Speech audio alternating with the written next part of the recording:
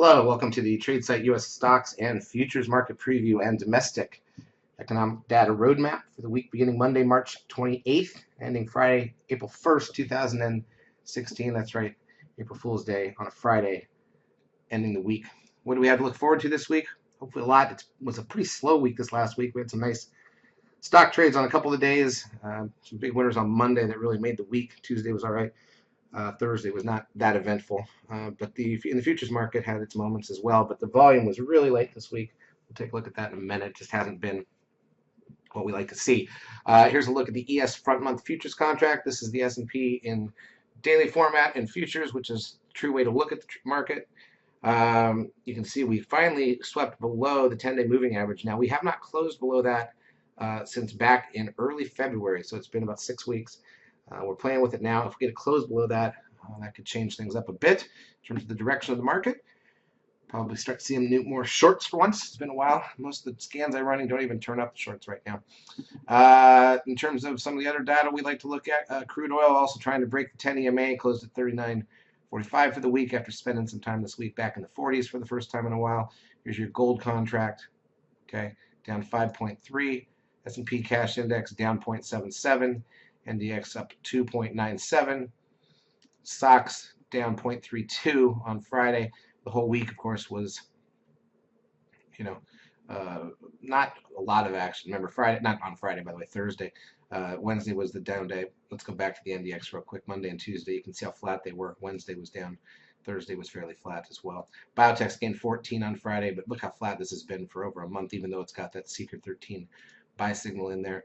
1474 is the closing price for the week on the VIX, which spent a lot of time down here. Of course, this is some of the lowest VIX readings we've seen in a while, and low VIX means low volatility. We're certainly seeing that. Trend closed at 0.82. That takes the 10-day moving average to 1.20, which is not a problematic sign and number. Nasdaq volume, you can see 3 of the 4 days this week were only 1.44 billion shares and change. 1.4 billion shares and change, and one day was 1.6. Adds up to the lightest week of the year by far, and you can see 3 of those days were basically the lightest since January 1st at all individually. So that's disappointing, but you get spring break in there and short week and holiday week and things happen. So a couple of different weeks in here where different parts of the country are in spring break can have a little bit of an impact.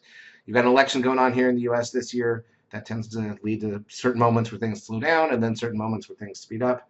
Won't be a bad thing overall for us, I'm sure. Advanced decline ratio on the Nasdaq plus 197 on Friday. You can see it spent most of the week fairly flat, except for the one day that was negative 1,700 or so. That was Wednesday. And the advanced decline ratio on Thursday on the New York was plus 73. If you look at Google for the week, really didn't do much. Nothing did. Apple, not much here. Amazon, really, for us, if you take a look, we had a big winner in PayPal on Monday.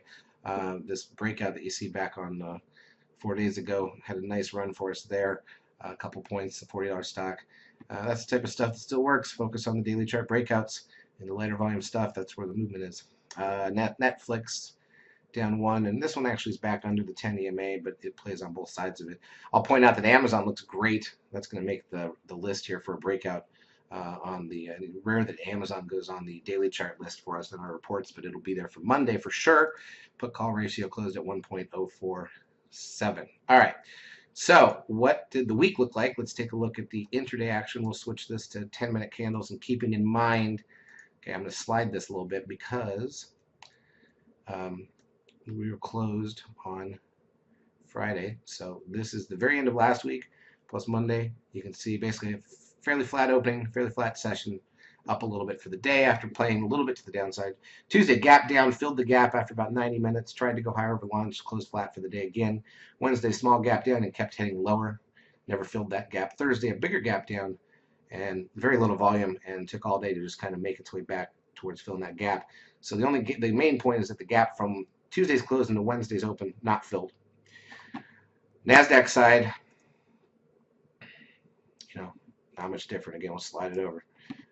Okay, the gaps here were about the same. Did not fill the gap from Tuesday's close to Wednesday's open.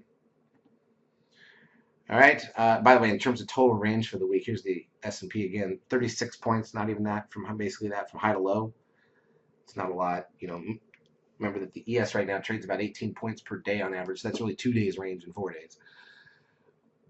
All right, so what do we have to look forward to in the week ahead? And there's a couple of different things to focus on. We've got to make sure we keep all this in mind because it will be important. Let me put that chart back where it belongs.